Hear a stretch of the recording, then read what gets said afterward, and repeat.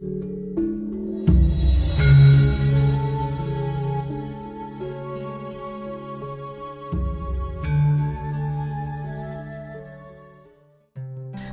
untuk mudik pulang kampung, apa ini sebuah fenomena yang sebenarnya sudah sekian lama atau sebenarnya modern, dan ya kira-kira mengapa masyarakat ini ingin pulang kampung begitu, Mas Emhai?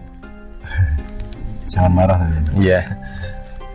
Tadi kan Mas, waktu kita bicara-bicara sebelumnya tadi sudah menyebut innalillahi wa inna ilaihi raji'un. Jadi itu ada satu mekanisme melingkar.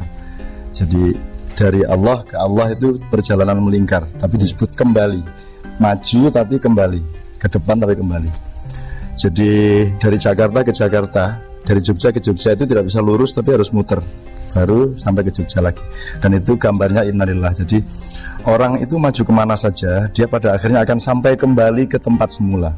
Nah, sampai kembali ke tempat semula ini ada pada level rohani, ada pada level zat, ada pada level budaya, nanti ada pada level materi. Nah, orang mudik itu sebenarnya karena dia punya naluri untuk kembali ke asal usulnya. Pertama mungkin yang paling kasar, kampung halaman. Yang kedua sanak famili, yaitu nasab. Yang ketiga nuansa budaya yang membesarkan dia waktu kecil, itu dia ingin ketemu kembali. Seandainya tidak ada urbanisasi besar-besaran, sebenarnya mudik kan juga tidak ruwet.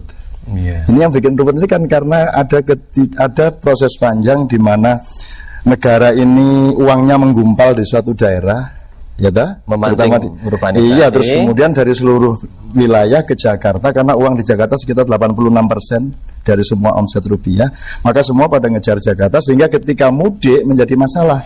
Dan ketika kita melihat itu masalah besar, terutama di bidang transportasi yang berbahaya dan seterusnya, yang kita salahkan yang mudik. Sebenarnya yang salah adalah ini belum ada negara yang bisa menata rakyatnya supaya bisa oke di tempatnya masing-masing ini, gitu loh. Kalau wali kota sih tidak bisa jawab masalah ini. Wali kota kan urusannya cuma satu wilayah. Jadi menurut saya, kalau saya tidak menyalahkan, nomor satu mereka benar, mereka kangen sama keluarganya, mereka silaturahmi, dan itu sangat baik. Dan kalau mereka kemudian ke mal-mal menyerbu beli barang macam-macam, saya tanya sama Pak Harwanto, emangnya siapa yang mengajari untuk tidak hedonis? Emangnya rakyat kita ini siapa yang mengajari untuk tidak materialistis? Emangnya ada gurunya untuk supaya kita ini tidak kacau seperti ini? Tidak ada sufi ya yang mengajari kita ya? Kan ulama kita kan tidak ada, kita kan tidak punya ulama-ulamanya kan gitu, sama gitu kan. Yang tiap hari memberi fatwa kepada masyarakat itu pelawak, kan begitu kan? Jadi itu pun pelawak yang juga hidup mewah, dan pemandangan-pemandangan di televisi juga mewah, dan anggota DPR juga mewah-mewah. Yang tidak mewah cuma wali kota Jogja aja, karena sebelumnya dia sudah mewah sebelum jadi wali kota. Kalau untuk mengarahkan agar masyarakat itu, sekali lagi ini tadi berkait dengan hedonisme, kecintaan pada dunia yang berlebihan ini, agak lebih ya rohani sedikit. Begitu kira-kira. Yang bikin mall siapa? Yang bikin plaza-plaza siapa? Kan itu atas izin wali kota juga. Kan itu. Nah, dibikin mall itu tujuannya apa? Supaya orang pada beli. Daripada makin berjubel itu mall, makin berhasil yang bikin mall. Jadi kalau memang, tapi kalau ada saran supaya mall tidak berjubel, berarti harus ada saran untuk tidak bikin mall, kan begitu. Kan gitu. Jadi memang kan dokter ada juga tujuannya supaya mengobati orang sakit. Jadi semakin banyak orang sakit, semakin baik bagi dokter, kan gitu. Kan gitu. Jadi ini mubeng, Mas, urusannya sebenarnya mubeng. Jadi menurut saya memang harus ada ekstra kearifan untuk memahami teman-teman kita yang mudik itu. Ada yang pakai motor toh, motor dari Jakarta, anak bujuni ditumpuk itu juga luar biasa kan. Perjuangan hidup yang betul-betul keras ini. Seandainya tidak ada penggumpalan ekonomi di Jakarta, kan itu tidak terjadi. Tidak terjadi. Gitu. Iya. Komentari. Boleh. Ya. Jadi ada orang pulang ke kampungnya karena dia masih miskin, dia ngoyo cari utangan apa-apa, terus nyewa mobil bagus, pakaian bagus dan penampilan yang bagus supaya disangka kaya dan seterusnya. Bagaimana kalau kita pandang ini dari husnudzon ya? Gini, orang di desanya ini hanya paham materi, dia tidak paham yang lain. Di Indonesia ini tidak ada orang menghargai kebaikan. Yang dihargai itu kekayaan, gaya, aksi, hedonisme. Jadi ini memang hanya satu-satunya bahasa yang dipahami, yaitu mobil yang bagus, gitu kan. Saya tidak punya apa-apa, terus saya mudik sama anak istri saya sewa mobil bagus, maka mereka senang. Kalau saya pulang dengan keadaan kere, mereka akan nyukur ke saya. Mereka akan banyak dosa, mereka akan banyak dosa. Jadi saya menghindarkan mereka supaya tidak berdosa. Maka saya nyewa mobil. Karena mereka tidak paham bahasa yang lain. Misalnya saiki aku sudah di dosen Universitas Muhammadiyah kan ora paham mereka. Gitu. Jadi menurut saya baik-baik saja kok itu. Soal palsu dan tidak palsu, aku takon sing ora palsu sing ndi? Ini Indonesia ini. Iya. Sewu ini. Lord dan juga para pemirsa, kalau kita melihat bahwa yang namanya dalam tanda petik ya penderitaan, entah itu dianggap penderitaan atau dianggap sebagai kesuksesan di tempat perantauan sebagai tenaga kerja kasar, penjual ini penjual itu dan yang lain-lain, mereka kan sesungguhnya merindukan sebuah derajat mulia. Maka mereka mudik itu salah satu tujuannya kan, kalau boleh saya buatkan kepanjangannya itu, mudik itu kan mulia di kampung. Nah, ketika di kampung dia kan jadi mulia, ya kan? Begitu. Kalau di tempat perantauan mungkin dia, waduh, tidurnya pun di kolong jembatan dan sebagainya. Kira-kira dimensi rohani apa ini yang bisa kita tangkap ini, Pak MH atau Cak Nun ini ya? Apa ya? Kan ada lapis-lapis ya, jadi kita sesungguhnya sih benar juga kalau dikatakan bahwa untuk kembali kepada fitri, kembali kepada yang sejati, itu tidak perlu pakai geografi, tidak perlu lintas geografi, artinya tidak perlu dari Jakarta ke Mojokerto gitu. Juga tidak perlu ada cultural commuting, tidak perlu ada perjalanan budaya. Kalau mau ke innalillahi wa inna ilaihi raji'un itu langsung sebenarnya matek aji ijen ya wis iso janjane ngangge SMS ya iso janjane. Cuman kan manusia ini masih materi dia. Jadi tidak salah, materi itu tidak salah. Cuman yang salah mungkin adalah ketika dia menjadi ismo, ketika hidup kita sudah dilokomotifi oleh materi. Materi itu sebenarnya gerbong kita, salah satu dari alat hidup kita. Cuman sekarang kan materi menjadi yang utama. Itu pun sebenarnya tidak ada manajemen materi yang tertata sampai pemerintahan yang sekarang sejak kemerdekaan. Itu membuat kita sekarang susah menghitung sebenarnya sosio-psikologi bangsa Indonesia itu bagaimana. Misalnya satu contoh. Sebenarnya kenapa orang Indonesia itu sukar berdisiplin, dikasih ekstra kaki 5 tapi tidak mau bersihin sampah misalnya. Kenapa jadi gini, tradisi tanggung jawab sangat kecil, tradisi untuk kerjasama sangat kecil gitu ya. Itu karena secara global rakyat kita belum pernah mendapat kepuasan sedikit pun. Kita ini orang yang tidak puas karena belum ada penataan negara yang benar. Mau kerja keras malas karena yang sana tidak kerja, dia dapat banyak sekali untuk ketika setelah menandatangani proyeknya Pak Wali Kota. Gitu.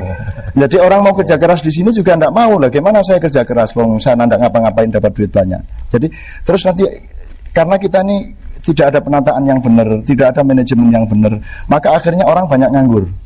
Banyak nganggur itu artinya tidak ada kesungguh-sungguhan untuk bersama-sama memajukan seluruh keadaan ini. Artinya, mohon maaf, akhirnya isinya apa? Isinya jadinya cemburu, dengki, iri, meratrimo, gitu ya, dan seterusnya. Saya kira Pak Sukarlan sangat benar ya. Jadi gini, jadi orang Jawa, orang Indonesia ini sebenarnya sangat istimewa di dunia dalam hal sawung, dalam hal paugeran, dalam hal silaturahmi kalau bahasa Islamnya. Jadi mudik itu sebenarnya salah satu bentuk silaturahmi ya, persambungan kasih sayang. Kasih sayang ini bisa macam-macam, tapi pokoknya ada persambungan terus-menerus. Ada orang kumpul terus di mana-mana. Jadi komunalitasnya sangat tinggi. Di Arab Saudi Anda tidak kenal siapa-siapa. Di sana tidak ada serawung. Di sana orang tidak pernah ngumpul. Di sana tidak boleh ada Maulid Nabi, tidak boleh ada Isra Mi'raj. Orang tidak pernah ngumpul pengajian, tidak pernah. Jadi mereka itu untuk bergaul berdua saja mereka sukar gitu. Nah gitu. Tentu saja tidak di Mesir, tidak di Yaman atau di Yordan gitu ya. Baik, kalau di Arab Saudi memang sedemikian rupa. Jadi memang kita sangat bersyukur, saya kira kiblat budaya Islam itu mestinya di Pulau Jawa. Budayanya maksud saya. Masalahnya adalah kenapa mudik menjadi problem, karena infrastruktur ekonomi, infrastruktur transportasi dan peta pembangunan ini tidak kondusif untuk keperluan silaturahmi yang massal ini. Sebenarnya apa salahnya orang mudik itu sangat bagus. Cuman masalahnya kan memaksakan itu tidak boleh. Itu kan sama kalau itu kan soal misalnya kita bikin acara apa terus beli makanan banyak-banyak, dipaksakan weweh-weweh ke sana kemari. Beli makanan menjamu tetangga, menjamu orang yang datang itu bagus. Baik. Yang tidak bagus adalah utang-utang, memaksakan diri itu. Jadi menurut saya Pak Sukarlan sebenarnya mengingatkan kita tentang hebatnya silaturahmi di Indonesia, cuman ya tidak siap sebenarnya secara negara gitu. Mas Sofyan gini, kalau saya dan keluarga saya, ibu saya, ya saya, saudara-saudara saya dan nukleus keluarga saya itu sudah seperti itu. Kita tidak menunggu Idul Fitri untuk bermaaf-maafan. Kita tidak menunggu Lebaran untuk mudik. Jadi saya sering pulang ke Jombang. Semua saudara saya sering pulang ke Jombang dan ketemu ibu, sungkem kepada ibu itu anytime. Juga tidak perlu menunggu Ramadan untuk berpuasa. Juga tidak perlu menunggu upacara-upacara ritual agama untuk menemukan hakikat-hakikat dari yang ditawarkan oleh ritus-ritus itu. Jadi Ramadan sepanjang tahun, Idul Fitri setiap hari, dan halal bihalal setiap saat, kira-kira begitu. Itu yang dalam keluarga saya. Tapi kalau saya jadi wali kota, saya tidak akan pernah berani mengambil polisi seperti yang dilakukan Mas Sofyan, karena ini menyangkut sejarah yang panjang. Yang namanya mudik, Idul Fitri dan Lebaran ini bukan hanya kebudayaan, ini sudah peradaban. Ini sudah ngakek nek coro galih asem iki wis dadi akik, wis angel digeraji. Karena secara teknis bagus. Dibagi dua, Idul Fitri dan Idul Adha. Tetapi siapa yang mau? Karena Idul mudik dan Lebaran dan Idul Fitri itu momentum dan rasonya ketemu. Idul Adha mungkin momentumnya ada tapi rasonya tidak ada. Nah, raso ini dibangun pelan-pelan sejak sebelum Ramadan sampai Anda tahu urut-urutan dari minggu pertama itu Alhamdulillah, minggu kedua itu Astagfirullah, minggu ketiga itu tasbih, minggu keempat itu tahlil, kemudian minggu kelima takbir dan seterusnya. Itu ada bangunan-bangunan yang memang di dalam Islam diinterpretasikan sebagai pembangun rasa orang berlebaran. Tadi nek kuwi diwalik kowe kira-kira diobong kuwi kantor wali kota. Nek arep usul kayak ngono kuwi apik banget kuwi. Apalagi soal libur tadi itu riyo-riyo ora libur wis kowe mung dianggap PKI kowe. Kira-kira gitu ya Mas ya.